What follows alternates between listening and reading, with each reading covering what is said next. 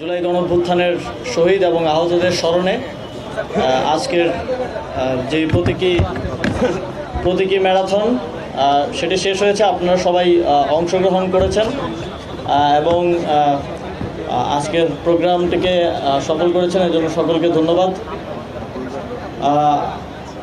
আমাদের 2024 সালের জুলাই গণঅভ্যুত্থানের প্রায় 1 বছর অতিবাহিত হলো। যেই শহীদেরা তাদের জীবন দিয়ে সর্বোচ্চ ত্যাগ স্বীকার করে, যেই আহতরা আমার সামনে আছেন, আপনারাও সর্বোচ্চ ত্যাগ স্বীকার করে বাংলাদেশকে একটি নতুন স্বপ্ন দেখিয়েছেন। 16 বছরের ফ্যাসিবাদী নিষ্পেষণ থেকে বাংলাদেশের কোটি কোটি মানুষকে মুক্ত করেছেন। আপনাদের প্রতি এই বাংলাদেশ নামটা যতদিন থাকবে ততদিন বাংলাদেশের মানুষ কৃতজ্ঞ থাকবে।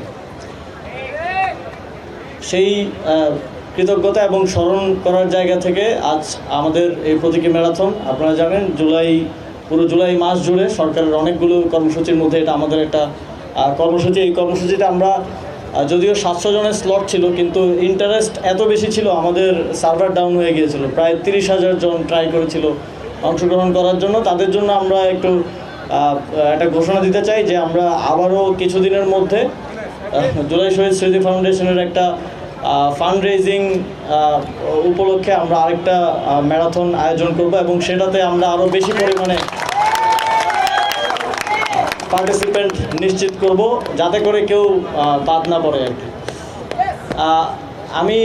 যখন আমি দৌড়াচ্ছিলাম, আমি পুরোটা কমপ্লিট করেছি, যদিও প্র্যাকটিস নেই। তারপরেও যখন দৌড়াচ্ছিলাম তখন আমার সাথে কয়েকজন আহত আমাকে সঙ্গ দিয়েছেন। এর মধ্যে একজন ছিলেন, এখানে হয়তো আছেন, যার পেটে গুলিবিদ্ধ এখনও গুলিটা আছে। উনি সেটা নিয়ে আমার সাথে দৌড়েছেন এবং কমপ্লিট করেছেন।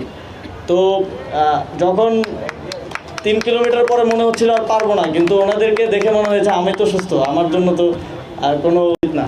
তো আমাদের জুলাই গণঅভ্যুত্থানে যারা শহীদ হয়েছেন, যারা লড়াই করেছেন, তাদের তো কোনো প্রাতিষ্ঠানিক আসলে ওই ট্রেনিং ছিল না এই লড়াই করার বা অস্ত্রের বিরুদ্ধে, লেথাল ওয়েপনের বিরুদ্ধে দাঁড়ানোর। কিন্তু তারা দেশপ্রেমের জায়গা থেকে, কমিটমেন্টের জায়গা থেকে বাংলাদেশকে স্বাধীন করার জন্য লড়াইটা করেছেন। বাংলাদেশ গড়ার লড়াইটাও একটা ম্যারাথনের মতো। যত কষ্টই হোক এটা আমাদেরকে শেষ করতে হবে, যত সময়ই লাগুক আমাদেরকে বাস্তবায়ন করতে হবে। তো এই ম্যারাথনটা এটা স্প্রিন্ট না যে 1 বছরের মধ্যে বা অন্তর্বর্তীকালীন সরকারি জুলাই গণঅভ্যুত্থানের সব শহীদদের স্বপ্নের বাংলাদেশ গড়ে দিয়ে যাবে। এটা একটা লাইফ লং লড়াই এবং এই লড়াইটা করার জন্য আমরা কমিটেড আছি, আমি কমিটেড আছি এবং এই লড়াইয়ে সারা জীবন আপনাদেরকে পাশে চাই এবং পাশে পাবো এই প্রত্যাশা ব্যক্ত করে আমার বক্তব্য শেষ করছি। আসসালামু আলাইকুম।